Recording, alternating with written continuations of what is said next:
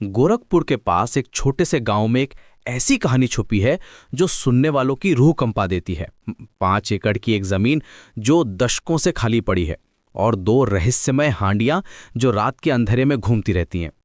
आज मैं आपको ले चलूंगा इस अजीबोगरीब कहानी की गहराई में, जहां पुराने खजाने और पूर्वजों की आत्माओं का खेल चल रहा है।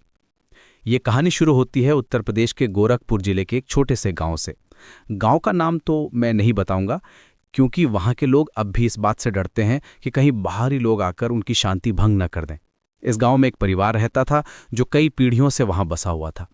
उनके पास 5 एकड़ की एक जमीन थी जो आज भी वैसी ही खाली पड़ी है जैसी दशकों पहले थी। दरअसल ये जमीन कोई आम जमीन नहीं है।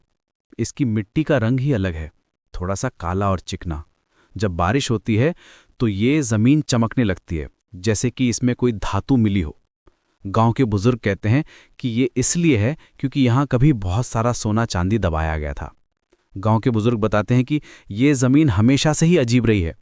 कभी कोई फसल यहाँ ठीक से नहीं होगी, कभी कोई जानवर यहाँ चढ़ने नहीं आया, यहाँ तक कि पक्षी भी जमीन के ऊपर से उड़ने में झिझकते हैं। एक बार गांव के किसान ने जबरदस्ती यहाँ धान बोने की कोशिश की थी। बीज तो हो गए, लेकिन जब फसल तैयार हुई तो सारे दाने काले हो गए थे, खाने लायक बिल्कुल नहीं। लेकिन असली रहस्य तब शुरू हुआ जब लोगों ने देखा कि इस जमीन पर दो बड़ी हांडियां घूमती रहती हैं।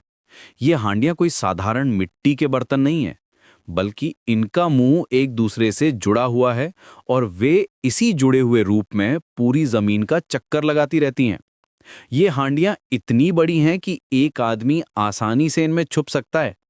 पहली बार जब किसी ने इन हांडियों को देखा था तो उसने सोचा था कि शायद कोई मजाक कर रहा है। उसका नाम था रामू काका, जो गांव के सबसे बहादुर आदमी माने जाते थे। रामू काका ने सोचा कि शायद कोई बच्चे शरारत कर रहे हैं, लेकिन जब उन्होंने रात के समय ये हांडियां अपने आप घूमती देखीं तो उनकी सांस फूलने लगी। वे बताते हैं कि हांडियां इतनी धीरे धीरे घूमती थीं जैसे कोई बुजुर्ग व्यक्ति टहल रहा हो। गांव के एक बुजुर्ग ने बताया था कि ये हांडियां सिर्फ रात में ही दिखती हैं और दिन के समय ये गायब हो जाती हैं। लेकिन सबसे अजीब बात यह है कि ये हांडियां कभी भी एक ही जगह पर नहीं रुकती। वे लगातार चलती रहती हैं, जैसे कि कोई इनविजिबल रस्सी उन्हें खींच रही हो। एक बार गांव के स्कूल टीचर मास्टर जी ने इन हांडियों को बहुत करीब से देखने की कोशिश की थी। वे रात के 12 बजे अपनी साइकिल लेकर उस जमीन के पास गए थे। उन्होंने बताया कि जब हांडियां उनके पास से गुजरी तो उन्हें एक अजीब सी खुशबू आई। ये खुशबू ना तो फूलों की थी, ना ही अगरबत्ती की, बल्कि कुछ और ही थी, जैसे कि पुराने जमाने की कोई परफ्यूम हो। नादिम, अब सबसे दिलचस्प बात यह है कि जो भी इन हांडियों को पकड़ने की कोशिश करता है उसे सिर्फ असफलता ही हाथ लगती है। कई लोगों ने कोशिश की है, लेकिन जैसे ही वे हांडियों के पास पहुंचते हैं वे अचानक से गायब हो जाती हैं। कुछ लोगों का कहना है कि जब वे हांडियों को छूने की कोशिश करते हैं तो उन्हें एक अजीब सी ठंडक महसूस होती है, जैसे कि कोई बर्फीली हवा उनके चारों ओर घूम रही हो। गांव के एक नौजवान सुरेश ने बताया था कि जब उसने हांडियों को पकड़ने की कोशिश की थी तो अचानक से उसके हाथ सुन्न हो गए थे, जैसे कि कोई इलेक्ट्रिक करंट दौड़ गया हो। वो घंटों तक अपने हाथ हिला नहीं पा रहा था। डॉक्टर के पास ले जाने पर भी कुछ पता नहीं चला था। एक और दिलचस्प घटना तब हुई जब गांव के बच्चों ने इन हांडियों के पीछे भागने की कोशिश की थी। बच्चे तो बच्चे हैं, उन्हें लगा कि ये कोई खेल है, लेकिन जैसे ही वे हांडियों के पास पहुंचे वे सभी अचानक से रोने लगे। उन्होंने बताया कि उन्हें लगा जैसे कोई उनसे कह रहा हो कि वे वहां से चले जाएं। गांव वालों के अनुसार इन हांडियों के यहाँ विचरण करने के पीछे एक गहरा राज है, और वो राज है धन दौलत का। कहते हैं कि बहुत साल पहले जब ये परिवार यहाँ आकर बसा था तो उन्होंने अपनी सारी संपत्ति इसी जमीन में कहीं गाड़ दी थी। उस समय के हालात कुछ ऐसे थे कि लोग अपना धन सुरक्षित रखने के लिए जमीन में दबा देते थे। उस जमाने में, यानी लगभग 150 साल पहले, यहाँ अंग्रेजों का राज था। लोगों को डर था कि कहीं अंग्रेज उनकी संपत्ति ना छीन ले, इसलिए वे अपना सोना चांदी, गहने जेवर और पैसे जमीन में गाड़ देते थे। ये परिवार भी काफी अमीर था। उनके पास बहुत सारे गहने, सोने के सिक्के और चांदी के बर्तन थे। गांव के पुराने रिकॉर्ड के अनुसार इस परिवार के मुखिया का नाम था ठाकुर रघुनाथ सिंह। वे एक बड़े जमींदार थे और उनके पास कई गांवों की जमीन थी। जब उन्हें लगा कि अंग्रेज उनकी संपत्ति पर नजर गड़ाए हुए हैं तो उन्होंने अपना सारा खजाना इस 5 एकड़ की जमीन में दबा दिया था। लेकिन यहाँ एक अजीब बात हुई। जैसे जैसे समय बीतता गया वो खजाना जमीन में दबा रहा, और गांव के लोगों का मानना है कि अगर कोई वस्तु एक लंबे समय तक जमीन में गड़ी रहती है तो उसमें जान आ जाती है। ऐसा ही कुछ हुआ इन हांडियों के साथ भी। ये हांडियां उस खजाने का हिस्सा थीं और समय के साथ इनमें एक अजीब सी शक्ति आ गई। ये बात सिर्फ अंधविश्वास नहीं है। गांव के कई बुजुर्गों ने बताया है कि उन्होंने अपनी आंखों से देखा है कि कैसे पुरानी चीजें अजीब तरीके से बिहेव करने लगती हैं। एक बुजुर्ग महिला ने बताया था कि उसकी दादी के पास एक पुराना संदूक था जो कभी कभी अपने आप खुल जाता था। गांव के पंडित जी का कहना है कि ये हांडियां सिर्फ मिट्टी के बर्तन नहीं है, बल्कि इनमें उस परिवार के पूर्वजों की आत्मा बसी हुई है। ये आत्माएं अपने खजाने की रक्षा कर रही हैं और सिर्फ उसी को ये धन सौंपेंगी जिसे वे अपने सच्चे उत्तराधिकारी के रूप में स्वीकार करेंगी। यह कोई आसान काम नहीं है, क्योंकि पूर्वजों की आत्माएं बहुत ही चुनिंदा होती हैं। पंडित जी ने बताया कि पूर्वजों की आत्माएं सिर्फ उसी व्यक्ति को अपना वारिस मानती हैं जो ना सिर्फ खून से उनका रिश्तेदार हो, बल्कि जिसके दिल में सच्चाई हो। वे देखती हैं कि व्यक्ति के इरादे क्या हैं। अगर कोई सिर्फ पैसे के लिए आया है तो वे उसे कभी स्वीकार नहीं करेंगी।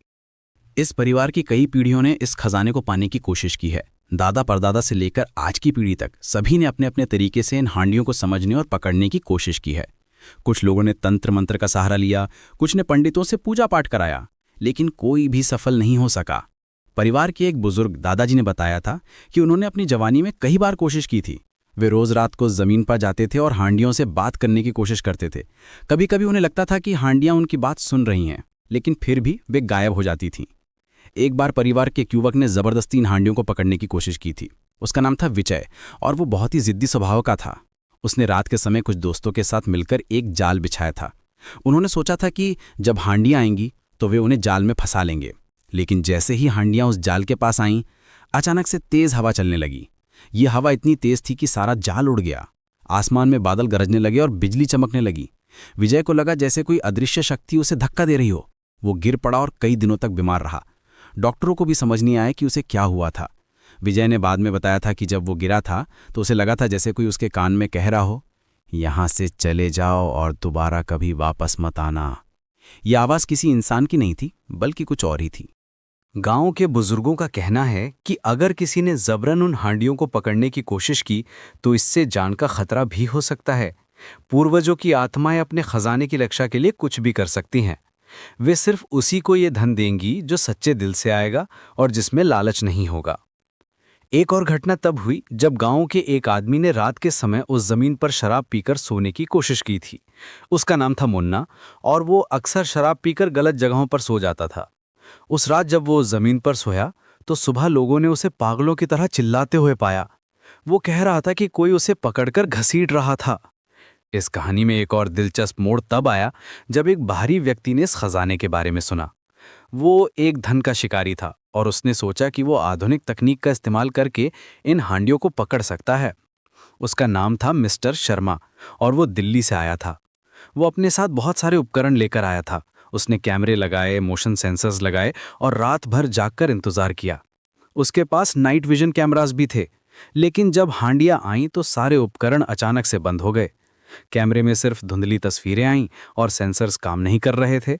यहां तक कि उसकी मोबाइल फोन भी अचानक से स्विच ऑफ हो गई थी। मिस्टर शर्मा ने बताया कि जब हांडियां उसके पास से गुजरी तो उसे एक अजीब सी आवाज़ सुनाई दी। यह आवाज़ किसी भाषा में नहीं थी, लेकिन फिर भी वो समझ गया कि ये एक चेतावनी थी। उसे लगा जैसे कोई कह रहा हो कि वो यहाँ से चला जाए और दोबारा कभी ना आए। उसे इतना डर लगा कि वो अगली सुबह ही वापस दिल्ली चला गया। मिस्टर शर्मा ने बाद में अपने दोस्तों को बताया था कि उसने अपनी जिंदगी में कभी ऐसा एक्सपीरियंस नहीं किया था। वो कहता था कि वहाँ कुछ ऐसी शक्ति है जो इंसानी समझ से परे है। गांव के लोग बताते हैं कि ये हांडियां सिर्फ उसी को दिखती हैं जो इस परिवार से जुड़ा हुआ है। बाहरी लोगों को कभी कभार ये दिख जाती हैं, लेकिन परिवार के सदस्यों को ये नियमित रूप से दिखती रहती हैं। ये भी एक संकेत है कि पूर्वजों की आत्माएं अपने वंशजों को पहचानती हैं। एक दिलचस्प बात यह भी है कि हांडियों का बिहेवियर अलग अलग लोगों के साथ अलग अलग होता है। परिवार के सदस्यों के सामने वो धीरे धीरे चलती हैं, जैसे कि वो उनसे बात करना चाहती हों, लेकिन बाहरी लोगों के सामने वो तेजी से गायब हो जाती हैं। इस परिवार की वर्तमान पीढ़ी में एक लड़का है जो अब 30 साल का हो गया है। उसका नाम राम किशोर है और वो इस पूरे मामले को लेकर बहुत परेशान रहता है। उसके दादाजी ने उसे बताया था कि ये खजाना उनके परिवार का हक है, लेकिन इसे पाने का सही तरीका क्या है ये कोई नहीं जानता। राम किशोर एक एडुकेटेड लड़का है, उसने कॉलेज की पढ़ाई भी की है, शुरू में वो इन सब बातों को अंधविश्वास मानता था, लेकिन जब उसने खुद अपनी आंखों से हांडियों को देखा तो उसकी सारी शंकाएं दूर हो गई। रामकिशोर ने कई बार कोशिश की है। वो रात के समय अकेले उस जमीन पर जाता है और हांडियों से बात करने की कोशिश करता है। उसका कहना है कि कभी कभी उसे लगता है जैसे हांडियां उसकी बात सुन रही हैं। वे धीरे धीरे उसके पास आती हैं, लेकिन जैसे ही वो उन्हें छूने की कोशिश करता है वे गायब हो जाती हैं। रामकिशोर ने बताया कि जब हांडियां उसके पास आती हैं तो उसे एक अजीब सी फीलिंग होती है, जैसे कि कोई उसे देख रहा हो, परख रहा हो। वो कहता है कि उसे लगता है जैसे उसके पूर्वज उसे टेस्ट कर रहे हैं।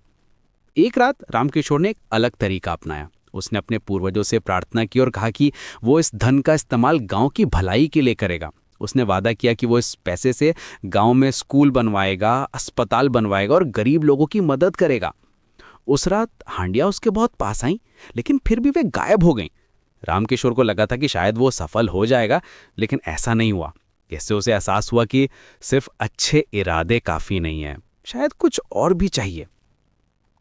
गांव के पंडित जी का कहना है कि शायद अभी भी वो समय नहीं आया है जब पूर्वजों की आत्माएं इस खजाने को सौंपने के लिए तैयार हों। हो सकता है कि वे किसी खास संकेत का इंतजार कर रही हों या फिर कोई खास परिस्थिति का।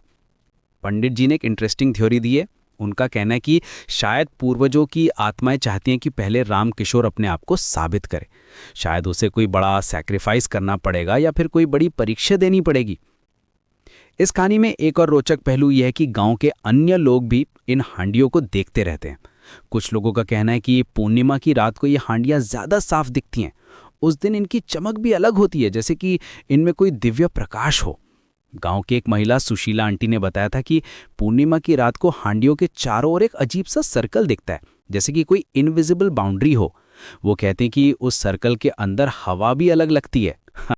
एक बार गांव की एक बुजुर्ग महिला ने बताया था कि उसने सपने में देखा था कि ये हांडियां उससे बात कर रही थीं। उन्होंने कहा था कि वे सिर्फ उसी को अपना खजाना देंगी जो सच्चे दिल से आएगा और जिसके इरादे साफ होंगे। लालच और स्वार्थ से भरे लोगों को वे कभी भी ये धन नहीं देंगी।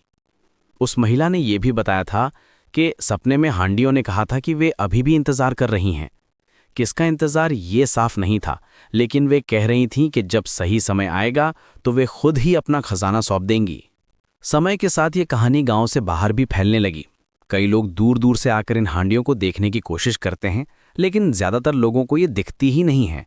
सिर्फ कुछ खास लोगों को ही ये नजर आती हैं, और वो भी सिर्फ दूर से।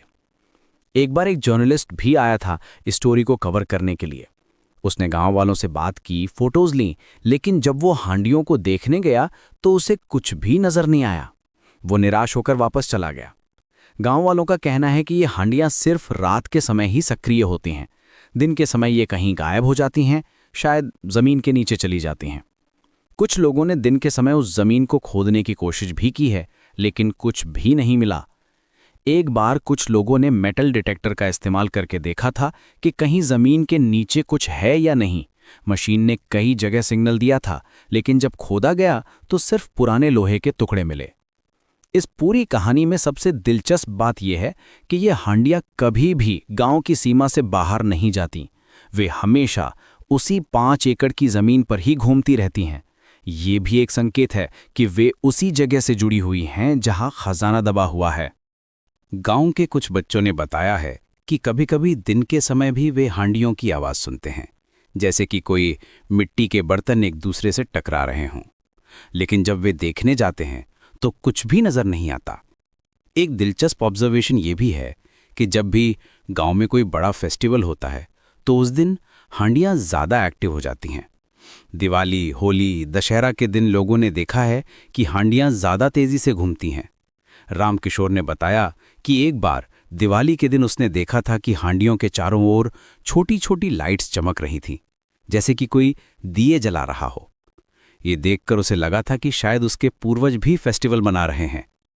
आज भी ये रहस्य बना हुआ है। रामकिशोर और उसका परिवार अभी भी कोशिश कर रहा है कि कैसे वे अपने पूर्वजों की आत्माओं को संतुष्ट कर सकें और उनका आशीर्वाद पा सकें, लेकिन अब तक कोई भी सफल नहीं हो सका है। रामकिशोर ने हाल ही में एक नया अप्रोच ट्राई किया है। वह अब हांडियों को पकड़ने की कोशिश नहीं करता, बल्कि सिर्फ उनके साथ टाइम बिताता है। वह रात को वहां जाकर बैठ जाता है और अपने पूर्वजों से बात करता है। वह उन्हें अपनी प्रॉब्लम्स बताता है, अपने प्लान्स बताता है। धीरे धीरे रामकिशोर को लगने लगा है कि हांडियां उसकी बात सुन रही हैं। कभी कभी वे उसके बहुत पास आ जाती हैं, जैसे कि वे उसे कंफर्ट दे रही हों, लेकिन अभी भी वे उसे छूने नहीं देती। ये कहानी हमें सिखाती है कि कुछ चीज़ें इस दुनिया में ऐसी हैं जो हमारी समझ से परे हैं। पूर्वजों की आत्माएं, छुपे हुए खजाने और रहस्यमय शक्तियां, ये सब हमारे आसपास मौजूद हैं, लेकिन हम उन्हें समझ नहीं पाते। शायद ये भी एक लेसन है कि कुछ चीज़ों को फोर्स नहीं किया जा सकता। प्रेम, ट्रस्ट और रिस्पेक्ट से ही कुछ हासिल होता है। रामकिशोर को भी ये समझ आ गया है कि अगर उसे अपने पूर्वजों का खजाना चाहिए तो पहले उसे उनका प्यार और ट्रस्ट जीतना होगा। गोरखपुर के इस छोटे से गांव में आज भी वे दो हांडियां घूमती रहती हैं, अपने खजाने की रक्षा करती हुई। कौन जाने, शायद किसी दिन कोई सच्चा उत्तराधिकारी आए और पूर्वजों की आत्माओं को संतुष्ट कर दे। तब तक ये रहस्य यूं ही बना रहेगा और ये हांडियां यूं ही रात के अंधेरे में अपना चक्कर लगाती रहेंगी। लेकिन एक बात तो पक्की है, ये कहानी हमेशा लोगों को फैसिनेट करती रहेगी, क्योंकि इसमें मिस्ट्री है, एडवेंचर है और सबसे बढ़कर ये हमें ये याद दिलाती है कि इस दुनिया में अभी भी बहुत कुछ ऐसा है जो हमारी साइंटिफिक अंडरस्टैंडिंग से परे है और शायद